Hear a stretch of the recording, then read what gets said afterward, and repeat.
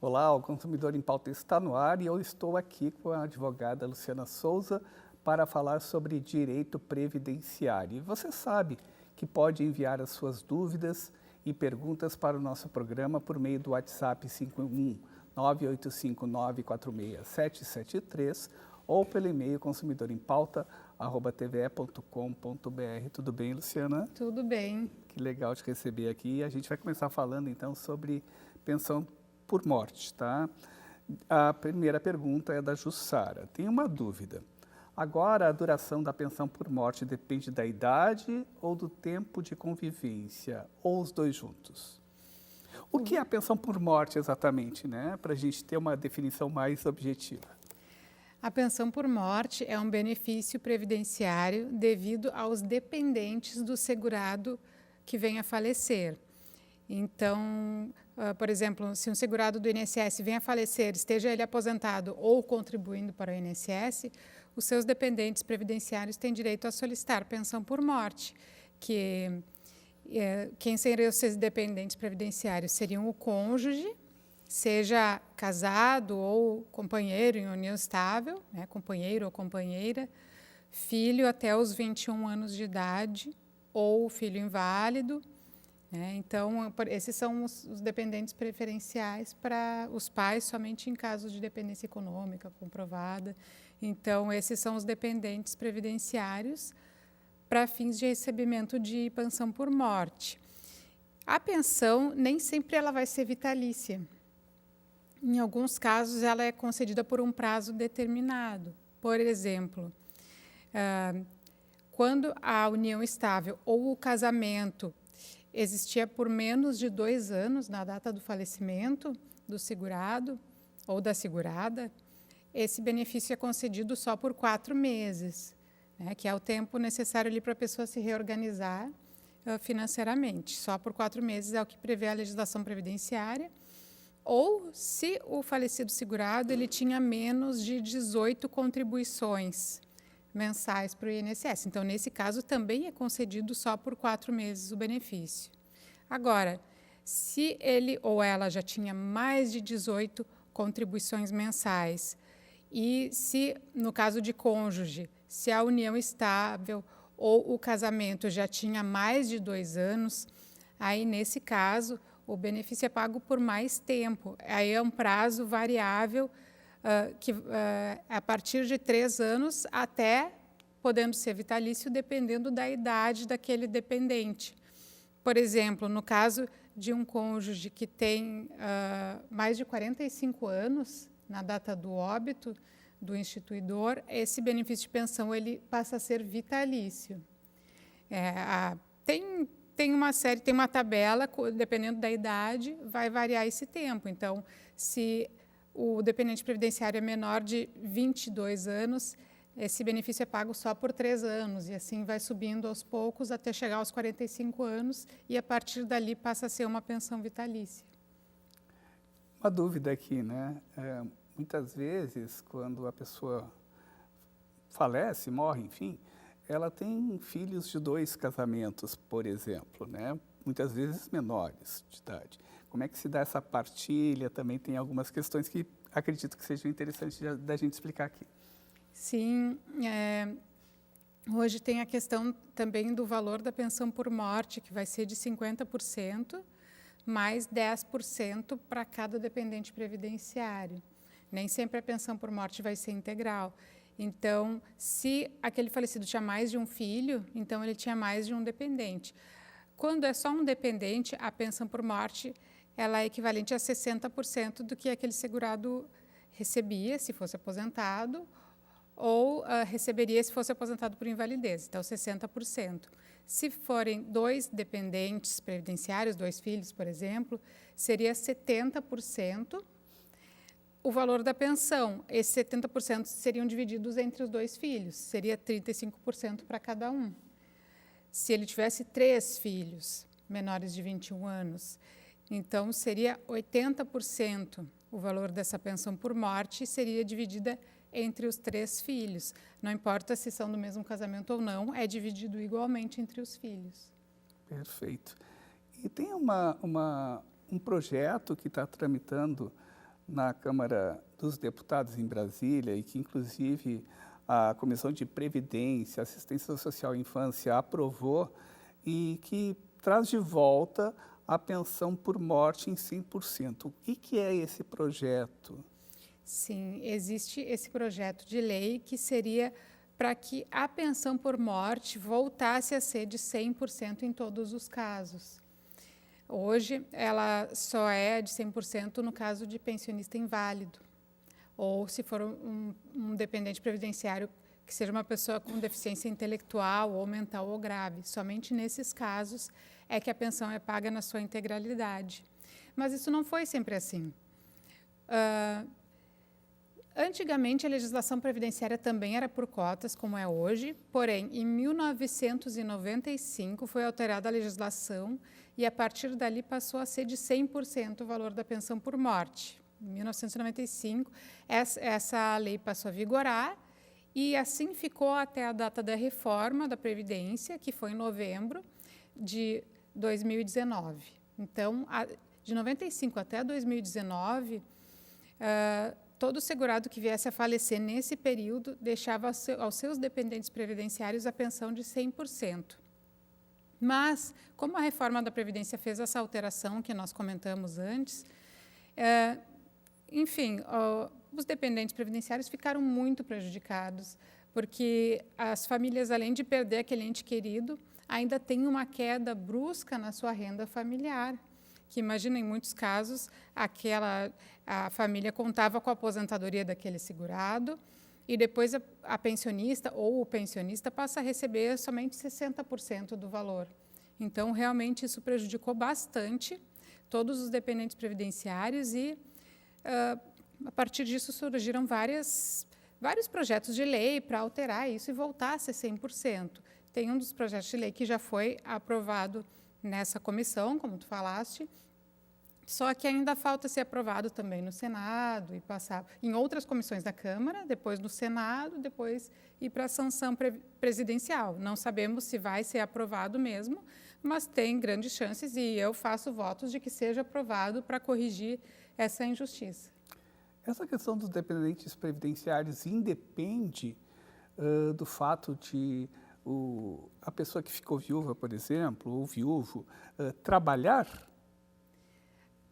Independe. Na verdade, assim, o que a legislação prevê? Que a dependência econômica, no caso de cônjuge ou companheiro, ela é presumida. Porque a gente sabe que um casal, se os dois trabalham, os dois estão contribuindo para a renda daquela família. Então, a legislação prevê que essa dependência econômica já é presumida, no caso de cônjuges. Então, por isso, bastaria comprovar ali a união estável ou o casamento. Perfeito. Agora, a gente vai para uma pergunta do Enio. O meu auxílio-doença era de 3 meses. Sem marcar perícia e nem avisar, o benefício foi cortado na data do término previsto. Só que eu ainda não estou em condições de voltar ao trabalho e ele pergunta, o que pode ter acontecido? O INSS, quando avalia um segurado, o segurado passa pela Perícia Médica Federal, ele vai verificar se entende que se existe aquela incapacidade para o trabalho e se essa incapacidade é permanente ou temporária. Quando o perito entende que a incapacidade para o trabalho é temporária, ou seja, aquele segurado precisa de um tempo para fazer o seu tratamento, mas depois vai poder retornar ao trabalho, ele estima um período. Então, nesse caso, como diz a pergunta, o período foi de 3 meses. Esses 3 meses, então, vão ser a estimativa da data de cessação do benefício, a data em que ele recebe alta para voltar ao trabalho. Mas, em muitos casos, o segurado, quando chega ali no final do seu benefício, ainda não se sente em condições de retornar ao trabalho. O que ele pode fazer nesse caso? Ele pode solicitar a prorrogação do seu benefício. Mas esse pedido de prorrogação tem que ser feito nos 15 dias anteriores à data de cessação do benefício. Então, tem que se atentar a esse prazo, né, e nos 15 dias anteriores solicitar a prorrogação, apresentar ao INSS os laudos médicos atualizados, que comprovam que ele ainda não pode retornar ao trabalho, mas, caso ele não tenha feito esse pedido nesse prazo de 15 dias, então e o benefício já foi cortado, ele pode entrar com um novo requerimento ao INSS. Então, ele faz um novo pedido de auxílio-doença, apresentando essa documentação. Perfeito. Agora, uma pergunta do Jorge, ele fala de uma questão que a gente vê muito na nossa mídia atualmente, né? Que é a demora dos pedidos de aposentadoria, de pensão, enfim, ao INSS. O Jorge diz o seguinte: existe alguma forma de eu acelerar o meu processo junto ao INSS? Não existe um prazo previsto em lei? Sim, existe um prazo previsto em lei de 45 dias, prorrogáveis até mais 45 dias. Existe uma forma de agilizar esses processos, que é através de um mandado de segurança. Então, quando o processo administrativo está demorando demais, ou seja, está demorando mais de 3 meses para ser decidido pelo INSS, existe esse remédio constitucional, existe essa possibilidade de entrar judicialmente com um mandado de segurança. O que seria esse mandado de segurança? Seria um tipo de ação judicial que ele não é solicitando o benefício em si, mas ele solicita que o INSS aprecie aquele pedido e emita uma decisão, seja favorável ou contrária, mas que decida aquele processo. Mas lembrando sempre que o segurado deve verificar junto ao INSS se não existe alguma exigência em aberto. Exigência seria quando o INSS está pedindo mais documentos ao segurado. Se ele estiver pedindo mais documentos, primeiro o segurado tem que apresentar essa documentação, aí somente depois que ele apresentou, que começa a contar esse prazo que o INSS tem para decidir sobre o benefício. A gente pode falar hoje de uma média que está demorando esses pedidos ao INSS? Varia muito conforme o tipo de benefício.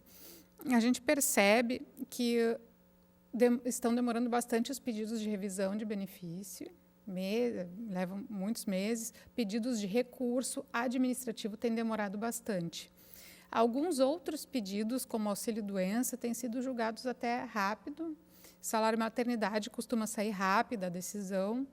Pedido de aposentadoria por idade, dependendo do caso, é rápido.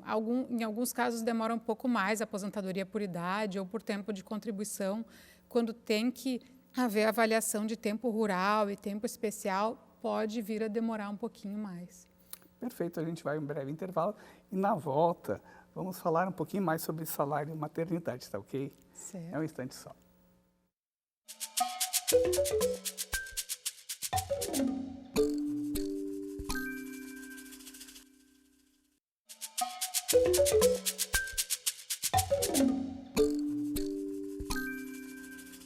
Consumidor em Pauta está de volta, hoje conversando sobre direito previdenciário com a advogada Luciana Souza, e você pode participar do nosso programa em todas as áreas do direito. Você manda sua pergunta para nós, a sua dúvida, a sua questão, através do WhatsApp 51985946773 ou pelo e-mail consumidorempauta@tve.com.br. Esse programa é feito para você e por você. Agora vamos falar então sobre salário e maternidade. É uma pergunta da Marta. Daqui a um mês devo entrar em licença para ganhar o meu bebê. Estou preocupada com a possível demora na concessão do salário maternidade. Como isso funciona? E ela explica que trabalha como empregada doméstica. Certo. O salário maternidade pode ser solicitado por ela até 28 dias da data prevista para o parto, ou logo após o parto também pode solicitar.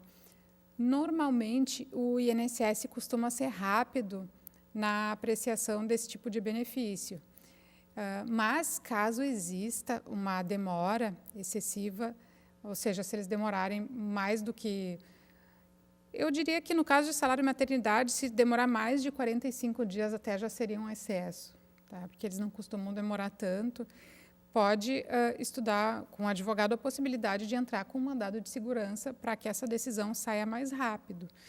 Na prática, eu não tenho visto assim, mandado de segurança para salário e maternidade, porque é um benefício que a documentação para o INSS avaliar é mais simples. Então, não costuma demorar tanto, mas se precisar, sim, ela pode buscar um advogado para entrar com essa ação judicial. Perfeito. Agora, uma dúvida do Heitor. Ouvi dizer que estão liberados novamente os empréstimos consignados para aposentados. Você sabe de alguma coisa, alguma determinação? Sim, os empréstimos consignados para os aposentados, sim, eles estão liberados, mas não está sendo permitido contratação por telefone. Então, a gente sempre alerta todos os segurados para que fiquem muito atentos com ligações, oferecendo empréstimos, oferecendo qualquer contratação, sem o segurado ter solicitado, sem aquele aposentado buscar uma instituição financeira. Então, é importante manter-se bem alerta, porque, infelizmente, existem muitas tentativas de golpe hoje em dia. Então, sempre manter o cuidado. Mas, sim, existe a possibilidade de contratação de empréstimo consignado.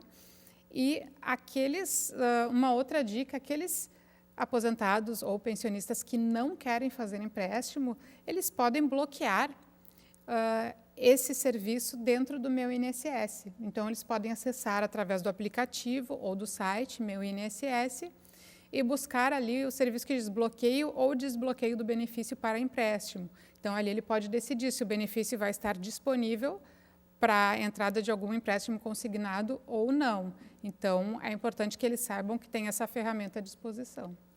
Sabe que eu tenho um amigo que já é aposentado e que ele se surpreendeu que depositaram R$50 mil na conta dele de um empréstimo consignado que ele não pediu, né? Aí ele teve todo um processo, uma incomodação, um advogado, para poder devolver aquele dinheiro à instituição bancária que fez o empréstimo sem a devida autorização. Que loucura, são muitos golpes, né? Sim, exatamente. É um caso de fraude em que houve um empréstimo que ele não contratou. Então, imagina isso, não tem condições. Em muitos casos, sim, é necessário o advogado para poder fazer esse processo de devolução, senão vai sendo descontado ali por muitos anos e com cobrança de juros e tudo mais, como se ele tivesse contratado. No caso que não contratou, isso não é devido. Vamos ficar atentos. O Edgar diz o seguinte: sou motorista profissional e vou entrar agora com meu pedido de aposentadoria especial. Sei que é preciso apresentar provas técnicas de que a minha atividade é desgastante. Que tipo de provas são essas? Um motorista profissional, ele pode ter uma aposentadoria especial?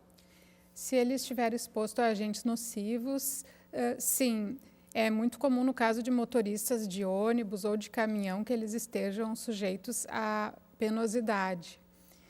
Em alguns casos pode vir a ter ruído acima de 85 decibéis, depende do tipo de veículo operado, mas acontece bastante deles estarem sujeitos a uma atividade penosa, também pode ser penosa, insalubre ou perigosa. E como fazer essa comprovação? É feita por um laudo técnico, e esse laudo técnico ele dá base para o PPP, que é o Perfil Profissiográfico Previdenciário. Esse formulário, PPP, ele é um formulário preenchido pelo empregador que vai demonstrar ali, com base no laudo, os agentes nocivos a que aquele trabalhador está exposto em sua jornada de trabalho. Se o INSS não considerar esse PPP, não aceitar essas provas, ou se ele não conseguir produzir essas provas, se, por exemplo, a empresa já fechou, às vezes acontece, ele pode ter que usar laudos similares. O que seria um laudo similar? Ele pegar um laudo de uma mesma função, igual a dele, de outro trabalhador, e utilizar para comprovar o caso dele. Se não for aceito pelo INSS, ele pode buscar essa comprovação na via judicial, através de uma perícia judicial. Se a empresa estiver aberta, ainda em funcionamento, o perito vai até a empresa fazer essa vistoria e o laudo, e caso a empresa não exista mais, então pode ser feita em uma empresa similar, que tem o mesmo tipo de veículo que ele conduzia. Então, essa é a forma de comprovação da atividade especial. E importante salientar também com relação à aposentadoria especial que a gente teve uma recente modificação na jurisprudência. O STF emitiu uma decisão muito importante recentemente sobre a aposentadoria especial para aqueles que fecharam os 25 anos de atividade especial após a reforma da Previdência de 2019. Essa decisão derrubou a exigência de idade mínima. A reforma da Previdência havia instituído uma idade mínima de 60 anos para o segurado conseguir obter a sua aposentadoria especial. E o STF derrubou essa exigência da idade mínima, então basta ter os 25 anos integralmente exercidos em condições especiais. Por qual fundamento? Porque eles dizem assim, por que a aposentadoria especial ela é com um tempo de serviço menor do que a comum? Porque é para poder retirar aquele trabalhador de uma atividade que é nociva à sua saúde ou integridade física. Se essa atividade é nociva ao trabalhador, se a legislação prevê essa possibilidade dele se desligar do trabalho antes para preservar a sua saúde, então a exigência de idade mínima estaria contrariando essa lógica da lei. Então, em virtude disso, foi derrubada essa exigência e há uma novidade que nós temos em matéria previdenciária. E quem já tinha sido aposentado pode entrar com algum tipo de revisão?